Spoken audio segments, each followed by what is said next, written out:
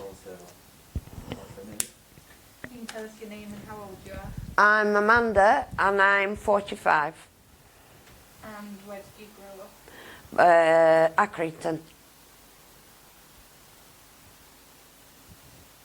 Tell us about your childhood. My childhood, I was in care from being 13 years old. What made you end up in care? Because I kept staying out late and not coming home all night, staying at my friends, things like that. I was a wild child. Typical teenage girl. I was a wild child. Yeah, so I didn't listen to adults and therefore I ended up in care for it. And also I had ADHD, so that didn't help. I was hyperactive.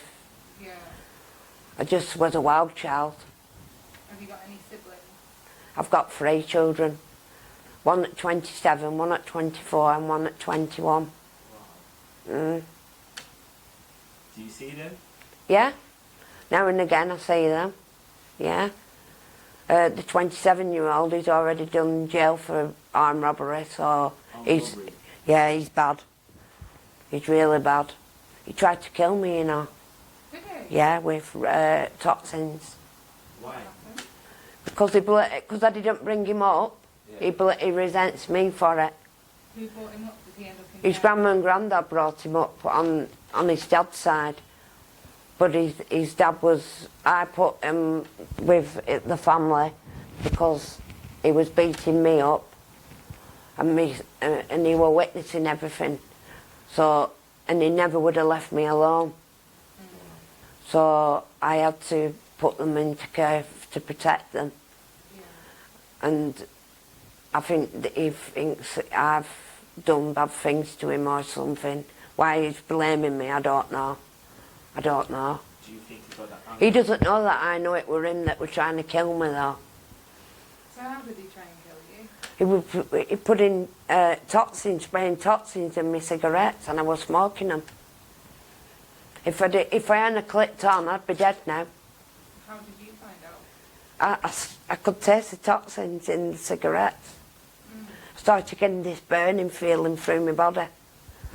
I were burning from inside out. It was hard to explain, but every time I was smoking it, 10 minutes after I get this burning throughout my body. Yeah. Rat poison it is. Rat poison. Did you have to go to hospital? Yeah. And the nurses could smell the toxins in the room. They put me in a room on my own. They had to put me, and I had to go through a shower thing. They put this big tent up outside A&E, and they had to shower me off, hose me down. So I weren't contaminated, so I could, you know, be seen then by the doctors. Yeah.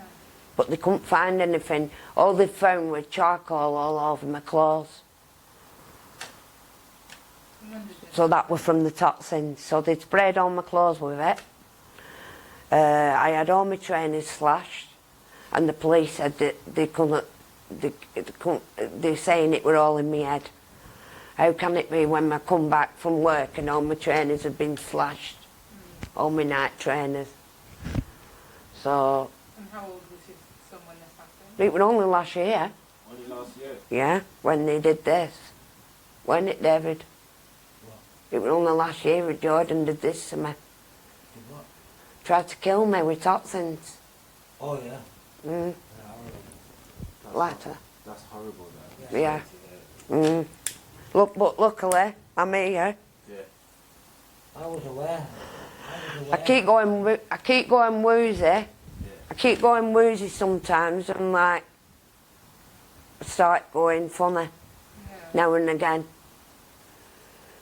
So, but I've been to doctors and they're saying everything's fine with me obs. Yeah. You know, the doctors at the A&E, and then mental health team got involved, and this is when they put me on this olanzapine. Have you been diagnosed with any... Psychosis. Psychosis I've been diagnosed with. Do they think anything triggered that, or? they said it could be anything, some kind of mental breakdown through it all, you know, which has left me with psychosis, you know. So I have to take this olanzapine, which I'm on, 10 milligrams every night.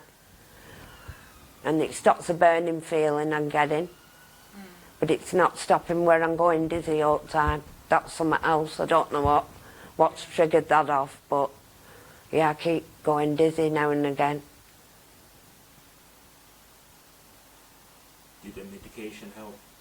The medication, once I have it, it helps. It's like next hour, I'll have the medication in me, you know what I mean? Yeah. And I'll feel better then. You said you had 3 kids. Yeah. Do you see the other 2? Yeah, now and again. I see them, yeah. And did you bring them up? Or? Yeah, I brought Jack up on my arm. Yeah, yeah. So, Doing it on your own? well, not on my own. My husband was in the military, so he were away a lot. So I did do it on my own, and I didn't. Do you know what I mean? Because he were away for like 6 months at a time, or he'd go away on a course for 4 months at a time. So yeah, long periods of time you didn't see him. So you've been married before? I were married for 17 years. Wow. Long time. Long time. We just had a marriage breakdown when he got out of army. Weren't the same anymore, do you know what I mean? It's a big change, yeah. Yeah. So, yeah. But I'm happy again because I'm with David, so. Happy in love. Happy in love, yeah. And have you two got any kids together? No. No, we tried, but it never worked, did it? No. So, we're happy just together. Yeah. Yeah. You know, we're just lucky to have each other, I think. Do you use any drugs? Just crack. Crack cocaine. When was the first time you smoked crack cocaine? When I was in my 40s, early 40s. 40, 41, something like that. Yeah. Yeah. But I do like a pipe. I do. What made you smoke crack cocaine? It relaxes me, it just makes me feel good in myself, you know. So, whenever I can afford it, I have it. You know. It's like, I don't know, it's just, it's like a release from stress. Yeah. Takes it all away. Would you say you're addicted to it then, or no? I am and I'm not. My body's not addicted to it, but I'm addicted to it because, like I say, if I've got the money there to get it, and you know, it just makes me feel good in myself. So you know, I'll have one whenever I can have it. You know, because it takes all the stress away. Yeah. It's good. You don't regret trying it? No, do I? I'm glad that I did. I love to take it as much as I can. Do you take any other drugs? No. Had you taken any when you were younger? Or Amphetamines when I was younger, from being 18 right up to 40, and then I went from amphetamine straight on to crack cocaine. Wow, it's a big jump. Yeah. Well, I did have a stint on cocaine, but it was too expensive. It's cheaper for the crack in it, so yeah. Where like a gram of coke's like 50, 60 quid, where I can get like 5 bits of crack for like 30 quid. So yeah, it's a lot cheaper. And it's better. It's a better buzz. That's why I like it. Are you planning to stop smoking? No. No plans to stop. I like to carry on for a while yet. So would you say it hasn't sort of negatively affected your life at the moment so far? It's not? It's not really affected it, no. No, it just helps me. I don't know. You know, from my past, because I had a bad past, that takes all the stress and everything away, you know, when I have it. Yeah. So that's why I do it, I think, because it blocks everything out, even if it's just for a day or two. Blocks it away, takes all the bad memories away, you know. So that's why I do it. Do you think if it ever got to a point where it was like negatively affecting your life, you'd feel different about it? Or? Well, if it did that, I wouldn't be taking it. Yeah. So until that happens, I'll probably keep. I'm quite happy to keep having it whenever I can. So is it just the crack you do? Yeah, yeah. I don't smoke weed anymore. I used to smoke weed, but because of my psychosis, I can't. So I've replaced it with that. So you replace cannabis with crack cocaine? Yeah. And the amphetamines were making me paranoid. So, for some reason, crack cocaine doesn't do that to me.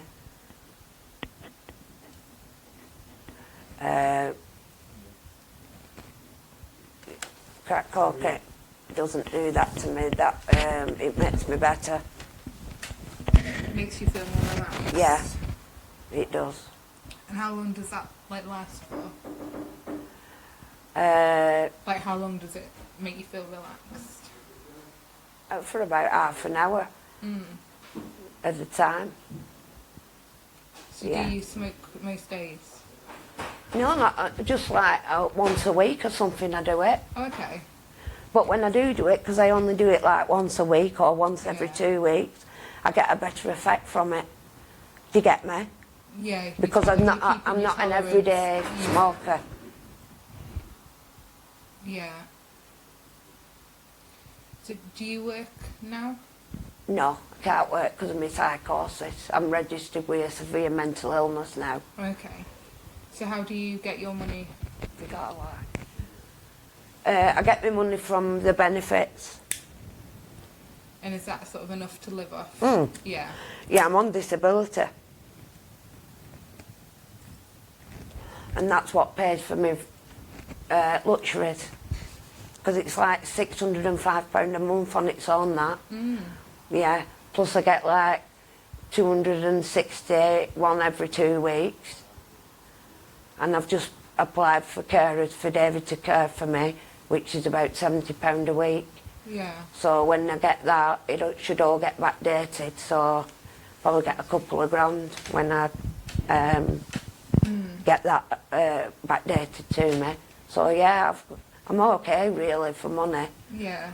So you don't have to do anything else? No, what they do, when you're on disability, what they do, they give you like, it's like a wage backup, if you will. Yeah. You know, because you can't work because you've got a mental disability. So they pay you like extra money on, like, which is personal independence payments. Enough, like, if you had a 9-to-5 job, do you get me? Yeah. So So- replace what you can't go out It's and yeah, earn. Yeah. yeah. Because you can't go out and earn it yourself. You get extra help from the government, basically, Yeah. to live.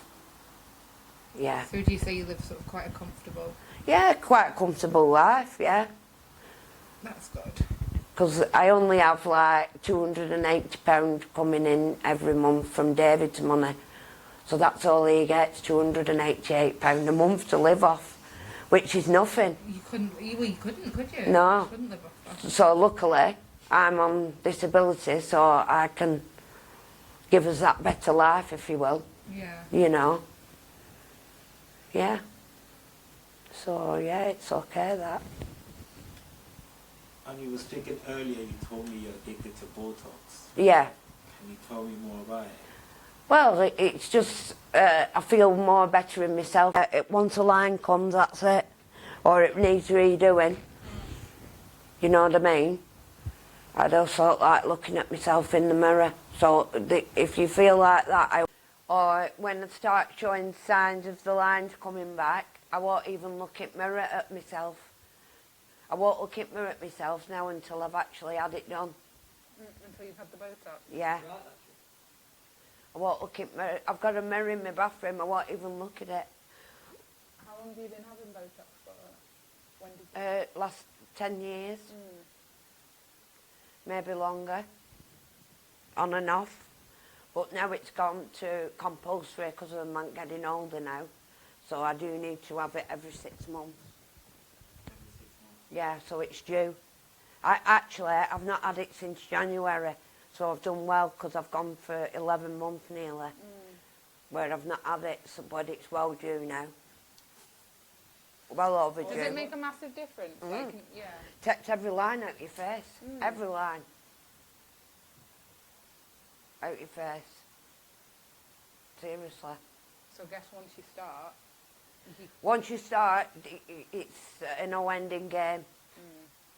Because they come back deeper. Cause it's constantly stretching your skin, the Botox. That's what it's doing. So once the Botox comes out, your skin goes loose. So you need that Botox in it again to lift it and stretch it back. Do you get me now? Yeah. And that's what it's doing, just constantly stretching your skin every time you have it done. So yeah, it's compulsory for me now. You love it. Yeah. It takes a full 2 weeks for it to come out once you have it done. 2 weeks. Yeah. And then the lady I go to, she does a free top-up after 2 weeks. So if you've any lines left, she'll just put a shot in where the lines are, and then it'll completely take the rest out, you know. So, yeah. You look beautiful. I'm going a week on Wednesday.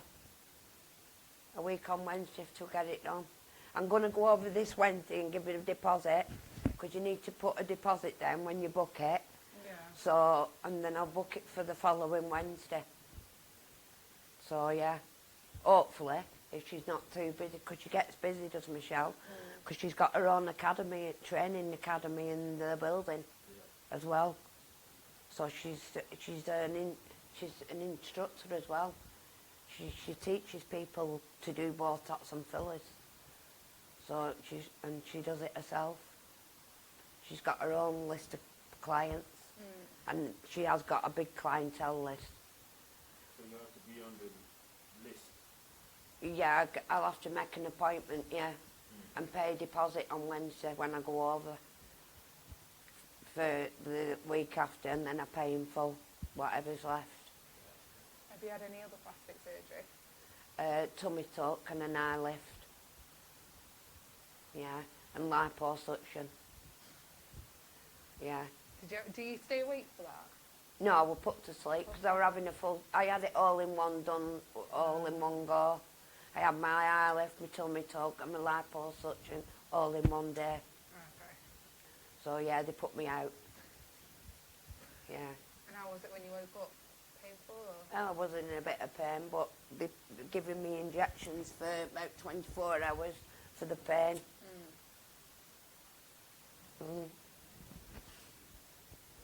Yeah, so... But yeah. If I had the money, I'd have a lot more done. Would you? I'd have What my else would you? boobs done. I don't know. I don't know. I'd just be having more liposuction. Yeah, of course I would. But you look great. Thank you. You look Good. That's how I want to look. Good. Yeah. Are you planning to smoke? Are you planning to stop smoking crack cocaine? Well, I'm only a dabbler anyway. Yeah. But if like today, for instance, I feel like having one today. So, you know, if I get that feeling in me, I will have one. You know. But if I'm not feeling that like I want it, I just don't get it. Do you know what I mean? You don't depend I've had money in my purse and not had it, in other words. But some days I do get where, I like an odd one, a 1 stone or, now and again. Yeah. Well, usually when I'm going to have it, I have like 5 little stones, like 5 tens. Yeah. you know, in which is like £30 worth, you know, because I think sometimes if just 1 or 2 pints, it's no good, because you want more and more. So you go on a downer when you know it's coming to end of it. So usually if I have it, I get like five for £30, which I said, you know. But some days I've had money in my pocket and not touched it. You know, depends what I'm doing as well. If I'm going shopping, it totally goes over my head. Totally goes over. If I'm clothes shopping or going getting pampered, oh, it'll totally go over my head. You don't want it then? No, but like some days I do where I like it, you know. It's one of them, isn't it? Yeah, so. So the crack is not affecting your life negatively? No, not negatively, no. No. Yeah. If you have any advice to give to someone who is trying to smoke crack, Well, I'll be a hypocrite for saying this, but I'd say don't start, because it can be expensive and they could get proper addicted to it. It's a proper addictive drug. So, like, if you can't be like an in-betweener like me, where I don't take it every day, if you can't be like that, then don't even go there. Because I've known people that sell the bodies and everything just to get money for the crack, you know. So I would suggest to people, don't start if you haven't started it. Stop. I mean, I'd never ever get to that stage with any drug, you know, to do anything like that, you know. I think that's the lowest of the low when you're selling your own body to fund a habit. You go it. Oh, I'd suggest to someone, I'd say go into rehab if you get that bad. It's not that. I've seen girls that work the streets and that have been beaten up, attacked, you know, been robbed, you know, all sorts of things I've heard about girls, working girls, what they've been through, and I think it's horrendous. This is horrendous. Why would you put yourself through that, you know? And do you think it's because the drug control the bodies? yeah, maybe. And I think they might think they're more addicted than they are. Do you know what I mean? Like, it's like people that take cocaine. They sniff all day, line after line after line. You're only going to hit that high. You're only going to get as high as you're going to get. It doesn't matter if you have 10 lines in 5 minutes, which I've seen people do. Yeah, you're only going to hit that high once, you know, go to the top before you start coming down off it. Do you know what I'm saying? So you're just wasting your money, I think, by doing that. Have 1 line every half an hour or every hour. Do you know what I mean? Why have to have a line every 5 minutes? Stop laughing at me, you. Yeah, that's true. Yeah.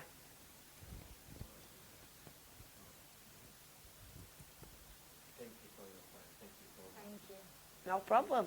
Anytime. and you look beautiful. Thank you. You do too. Very masculine. Oh, thank you. I don't mind talking to you like that, 'cause I like you. So Yeah. what's yours now? Thank you for watching Amanda's episode. We're now going to talk a little bit about it. If you like what you see, please don't forget to hit subscribe. Thank you. Amanda. I don't even know where to start. She's a lot, isn't she? Yeah. A lot. So, it doesn't sound like she had an awful childhood. She did go into care at 13. Yep. But from what she says, it was more because of how she acted. Yep. Rather than anything her parents did. She admits herself she was a wild child. Which I didn't know you could go into care for that. Did not know that. Do your parents have to ring him and be like, I can't control my child? Yeah, probably the school. Mm. Yeah. But even that, though, I think that still affects a child. Oh God, yeah. Imagine growing up in your home up to 13 and then going into care. That must definitely affect you. Yeah. Like, it must make you, like, any situation, like... Oh, she was a hyper as well. Yeah, ADHD. But a lot of people have that, and... But you put everything into consideration at that age. It's not easy. No, and being a teenage girl is not easy in general, like, without the additional factors. Like, being a teenage girl full stop's not the easiest experience, is it? Being a teenage boy, teenage girl, it's difficult, isn't it? You're growing up. It's hard. It's hard. So he's got 3 children. Yeah. She still has some kind of relationship with them, as in she still sees them occasionally. 2 of them. 2 of them, not her eldest. No. Who tried to kill her. Do you think he literally trying to... No, not in the slightest. I think the fact she got referred to the mental health team surely suggests it all. No. What she described is not even symptoms of rat poison. It's not. And rat poison comes in like pellets. Like, there is no, you can't. I guess maybe you could dissolve it in water and spray it. No, it was put on top of a cigarette. But you'd see it. Like, it doesn't even cause what she's saying. Like, it causes you to effectively bleed out. It affects your blood clotting. Like, you can get shortness of breath in extreme poisoning cases. But she wouldn't need to be sprayed down outside A&E. Like, what she's saying makes no sense. Like, I genuinely... Like, fair enough, her trainers might have been slashed. I'm not saying that didn't happen. Yeah.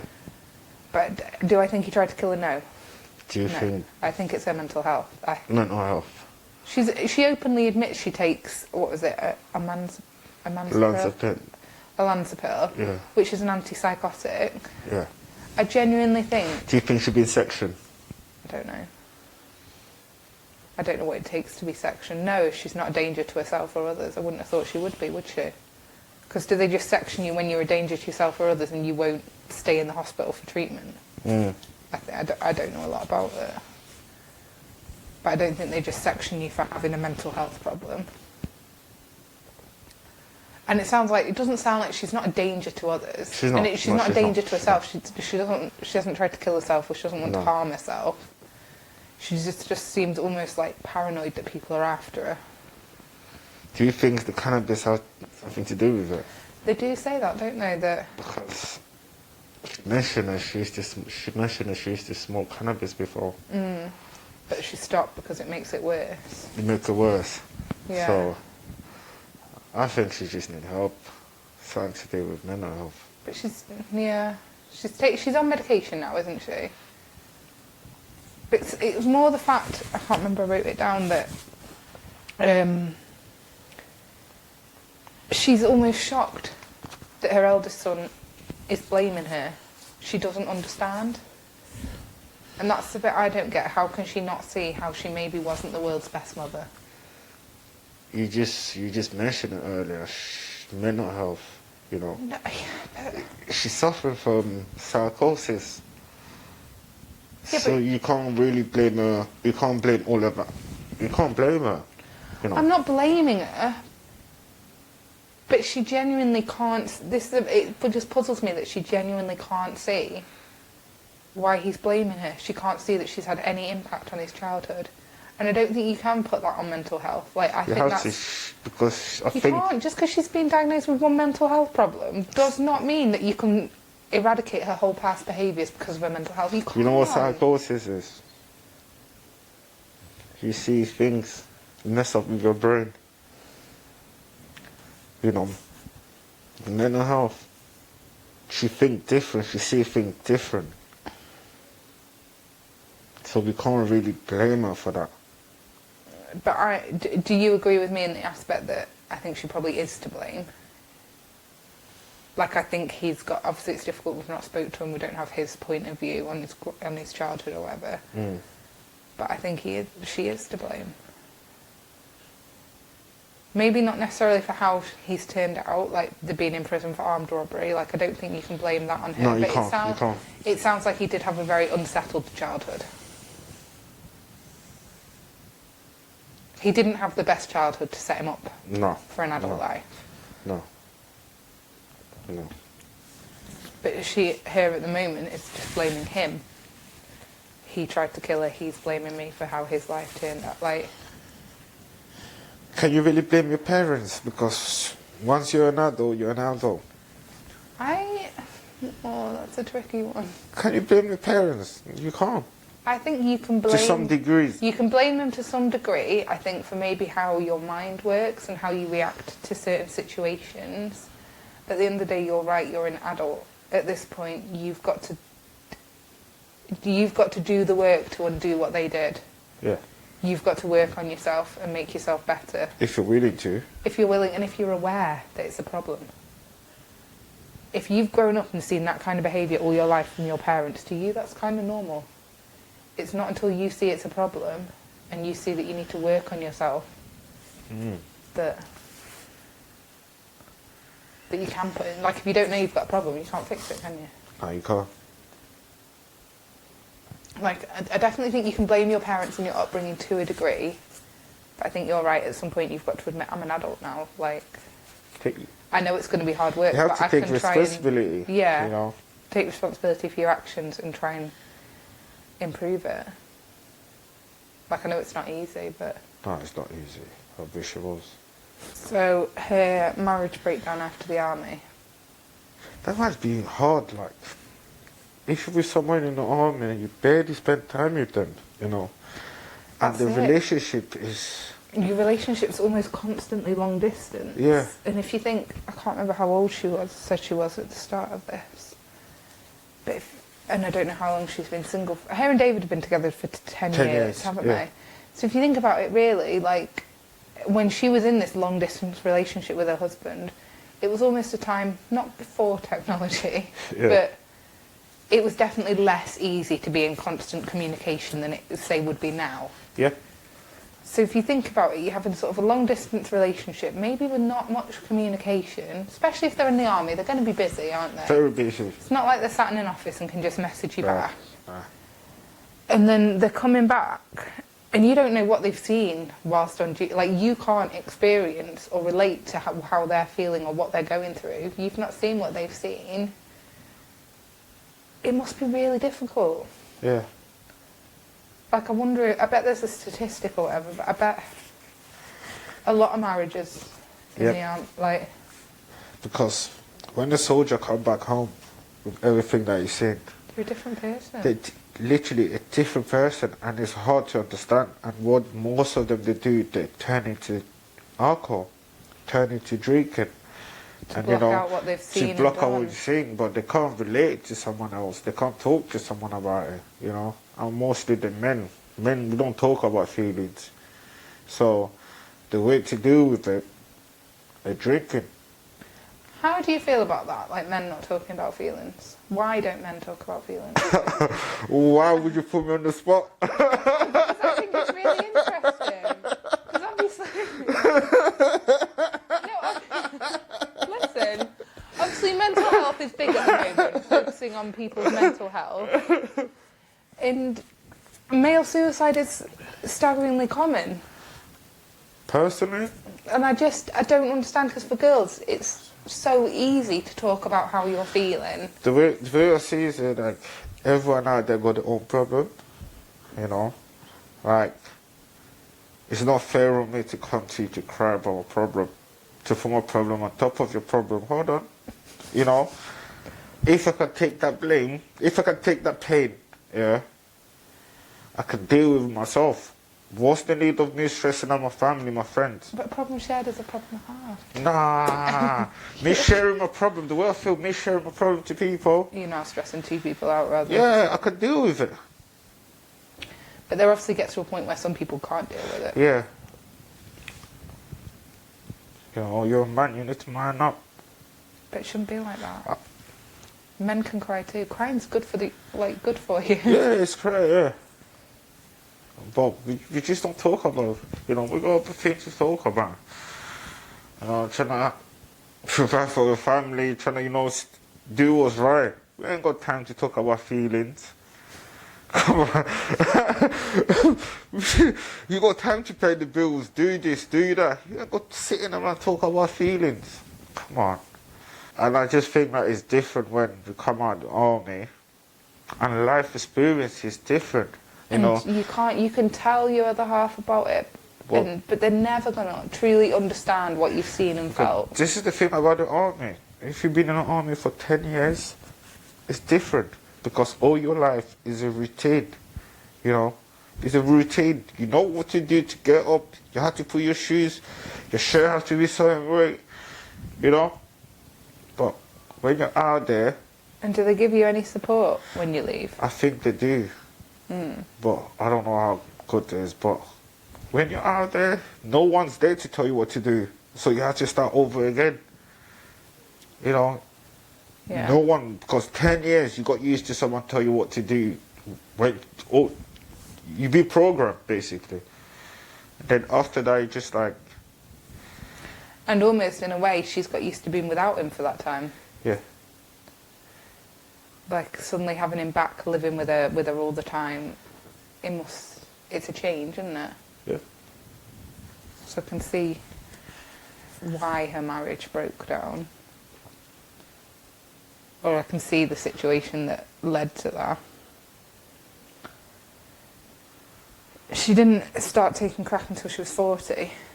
40? 40. Wow. It's quite late to start it, isn't it? That's late to start. Like, you've got through your whole life. But David was the same. Didn't he say he hadn't tried it till up to a couple of years ago? Yeah. But she do enjoy taking crack. Yeah. She seems to love it. Like, I think her story is almost dangerous to the point where it makes it look like you can just dabble. And you can't. And I think she's got more of a problem than she's willing to admit. She's so image focused. I think she feels to sit there and say, I'm addicted to crack cocaine. I think she's judging the negative stereotypes of it. Do you get what I mean? Yeah. She's thinking someone who's addicted to crack cocaine looks this way and behaves this way and is a certain way, and I don't want to be associated with that. So therefore, I'm not going to admit my problem or that I'm addicted to it. I think she's got more of a problem than she is admitting to. I don't think there's any way you can just dabble in it. Personally, I don't think you can dabble with crack. Because if you do have money, you go £500, you spend that £500. You can't double. You can't. But then she's an interesting one because she's got a few addictions that are expensive. Yeah. So when you said that about if you've got £500, you'd spend it on that, would she spend it on crack or Botox or shopping? Ooh. Because she's also, let's not forget, addicted. Because I thought it was very interesting. She's obviously addicted to plastic surgery or Botox, looking younger. Yeah.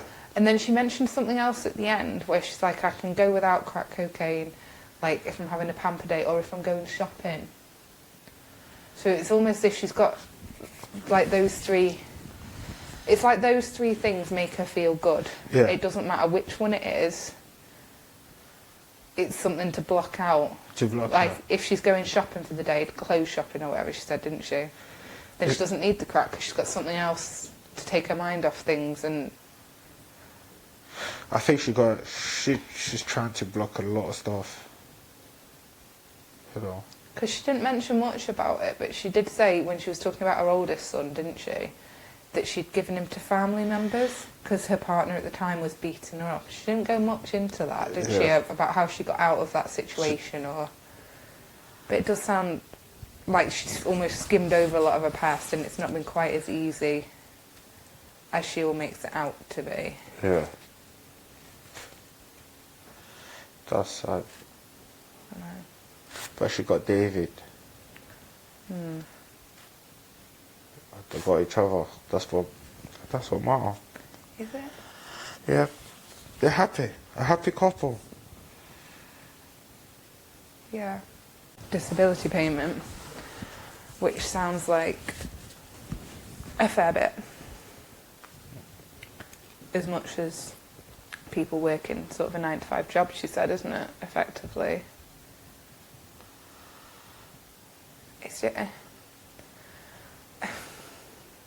It's difficult because who am I to say she's fit to work? Yeah. But there is definitely people with mental health problems that do work and don't want to be treated any different and try to lead a normal life as possible. Personally, I don't think she's fit to work. She doesn't seem very stable. She's not stable. She's not stable to work. She can't work. But it also doesn't overly sound like she wants to. No. She admits she's got enough money for her luxuries. She got a luxury. Like, they're living an alright life, aren't they? Yeah. But if they use all the money On drugs. on drugs, well, what's the point? I think she cares more about her image. She cares a lot about her image. I don't think she'll ever... That's why I think she's not admitting to the drug addiction. She cares more about her image. Because she cares more about her image than being honest. She doesn't want to be seen as a drug addict. Nah. Because to her in her mind, that's a certain stereotype, and that is not her. Because she trying to look after herself. You know, for her age, she look alright. But do you think she cares about her image, or do you think it's just another addiction? Like, I think it's almost another addiction. That's a good point. But then plenty of people do have Botox without it being an addiction, and it is something that once you start, you do tend to have to keep up. Yeah, you have to keep up because, remember, she kind of look herself in the mirror.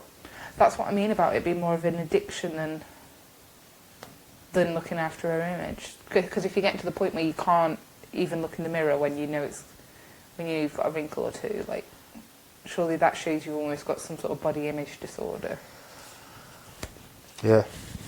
Then again, she's all about her image. How she But look. is it just because it takes her mind off the other stuff? Yeah. If she's just trying to be happy. Yeah. She's willing to do anything that will make her happy and block. Apart from actually being happy. Like, I Her think definition the of three happy- things she does is just blocking. I don't think she's... She's not dealing with the problem. No, which is ultimately probably what would make her happy, is dealing with the problems. At the moment, she's just trying to block them, and they provide like a temporary happiness, but you have to keep repeating them to stay happy, if that makes sense. Yeah. Oh. People are getting into like plastic surgery younger and younger these days, aren't they? Yep. It's just scary. It is scary. And it's so easy to get now. Like, you can go to most beauty salons and they'll offer some sort of Botox or fillers. And that's just like in your town. Like, you can usually just walk in and book an appointment. Like, it's scary how accessible it is. I think more people just abuse it. It's like everything else. You know, it's not bad until someone crossed the line, abused But where it. do you draw the line? That's what... It's like if you're eating a lot of food, when do you draw the line? You know when you join the line. When you can't fit through the door. Yeah. So Amanda's quite clearly in denial. Yeah. About her addiction. She doesn't think she's got a problem at all. I think she's in denial because she enjoys smoking. She loves it, doesn't she? But she willingly admits that she enjoys doing it. Yeah.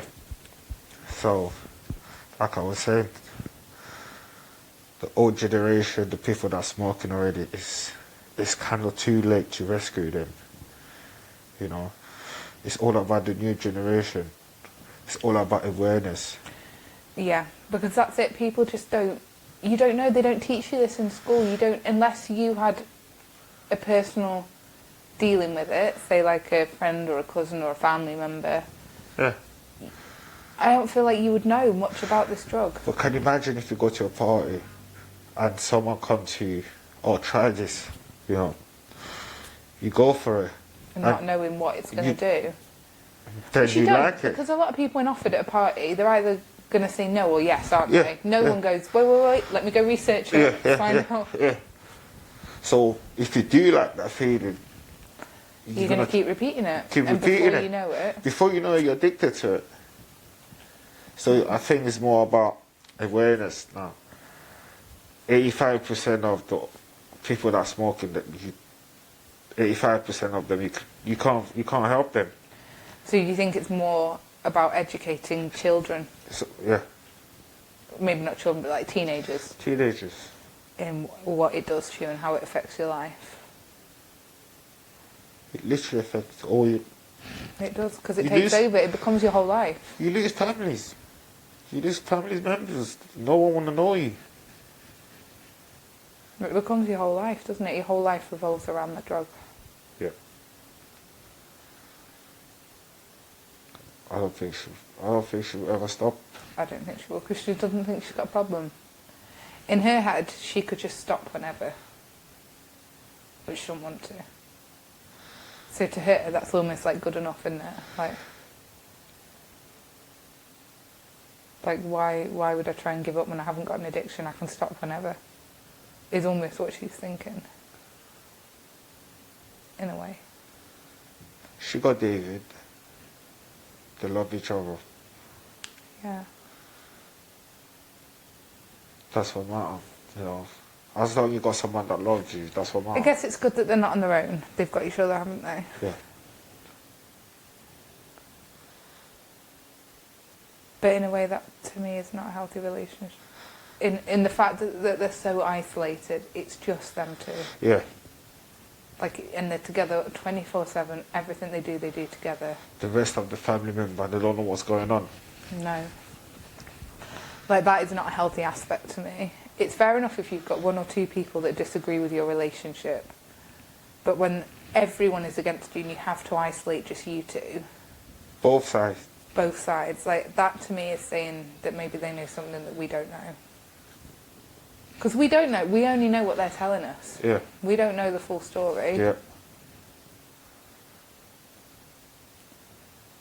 So it could be a lot bigger and deeper than what they're telling us. Thanks God they don't have kids together yet. Hopefully she's a bit too old now. She's not too old to have kids. How old is she? She's 40, isn't she? Or over 40. It would definitely be a struggle. Why? Because the older you get, like, you've got less eggs, haven't you? I didn't know that.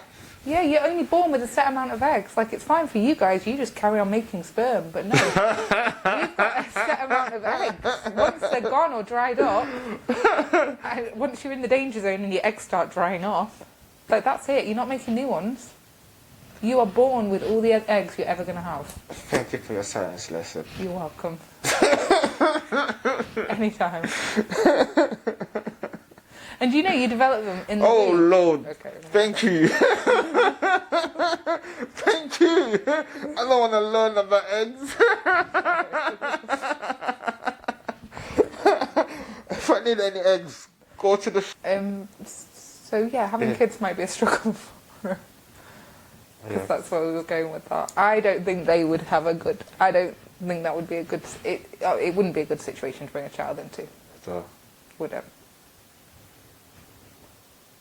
Not at all.